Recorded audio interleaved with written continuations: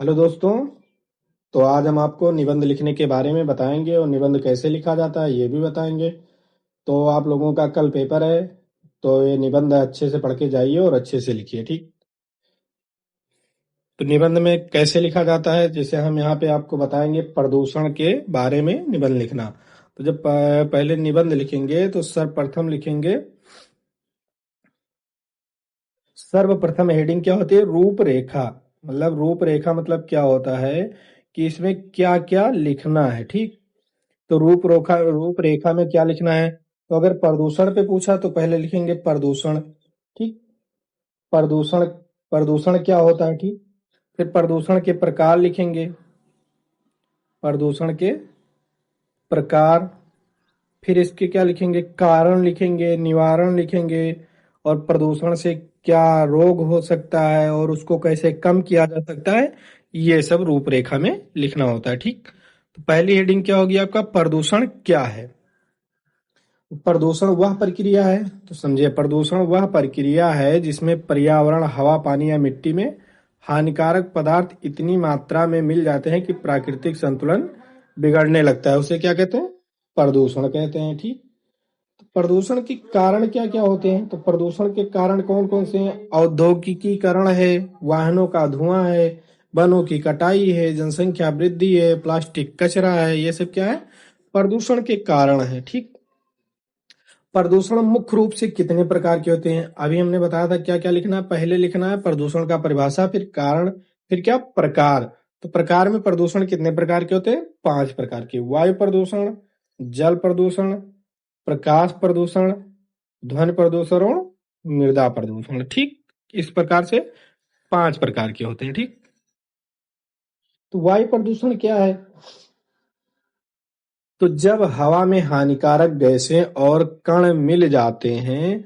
इसके मुख्य स्रोत कारखानों और वाहनों का धुआं, इनमें carbon monoxide, sulphur dioxide, nitrogen oxide और क्लोरोफ्लोरो कार्बन, CFCS, ठीक। ये सब क्या होते हैं, जब ये गैसें हवा में अधिक मात्रा में मिल जाती हैं तो क्या होता है, वायु प्रदूषण होता है, ठीक। तो क्या कहलाएगा, वायु प्रदूषण कहलाएगा। फिर है वायु प्रदूषण। फिर जल प्रदूषण, तो जल प्रदूषण क्या होता है, तो नदियां, झीलें और समुद्र जब दूषित होते हैं, जब उनमें औद्योगिक की कचरा, घरेलू कचरा और रासायनिक केमिकल सीधे मिल जाते हैं, यह पानी को पीने और कृषि के लिए असुरक्षित बना देता है, ठीक।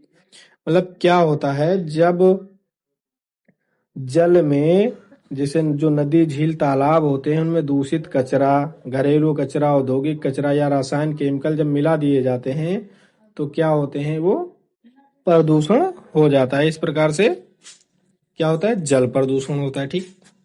मृदा प्रदूषण, फिर क्या है, मृदा प्रदूषण। मृदा प्रदूषण से क्या क्या होता है और क्या नुकसान होता है, तो रासायनिक कीटनाशक और प्लास्टिक कचरों के जमने से मिट्टी की उर्वरता जो होती है वो नष्ट हो जाती है। इससे फसल उत्पादन और पेड़ पौधों पर बुरा असर पड़ता है, वो क्या होता है, मृदा प्रदूषण होता है, ठीक।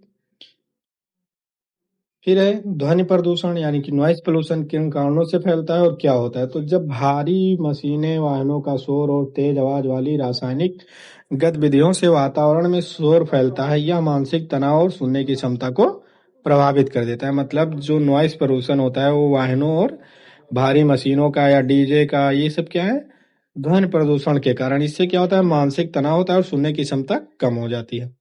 प्रकाश प्रदूषण, अत्यधिक कृत्रिम रोशनी, आर्टिफिशियल लाइट जो प्राकृतिक अंधकार को खत्म करती है, यह खगोलीय दृष्टि और पारिस्थितिकी को बाधित करती है, ठीक। तो क्या होता है, प्रकाश प्रदूषण होता है, ठीक। तो इस प्रकार से आपके 5 प्रदूषण हो गए। प्रदूषण से कौन कौन सी बीमारी होती है, तो प्रदूषण से समझिए कौन कौन सी बीमारी होगी। अस्थमा, अस्थमा कौन सी प्रदूषण से होगा, वायु प्रदूषण से होगा, ठीक। वायु प्रदूषण से अस्थमा होगा, कैंसर होगा, ठीक। हृदय रोग होगा, और त्वचा जो रोग होता है एक प्रकाश प्रदूषण की अत्यधिकता से होता है, ठीक।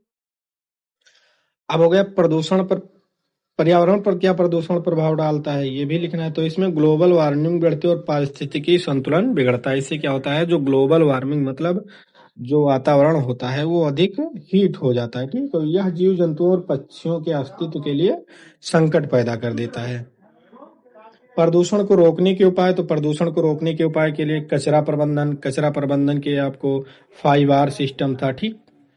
पुनर्चक्रण, रिसाइकिल को बढ़ावा देना, कोई भी जैसे प्लास्टिक की है उसको ज्यादातर रिसाइकिल यूज करे, बार बार यूज करे, वृक्षारोपण करे, पुनर्जीवीकरण ऊर्जा बनाए, ठीक।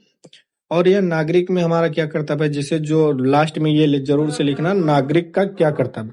तो हमें सिंगल यूज प्लास्टिक का उपयोग बंद करना चाहिए, कचरा कम करना चाहिए और समाज में जागरूकता फैलानी चाहिए। हमें प्राकृतिक संसाधनों का संरक्षण करना होगा, ठीक।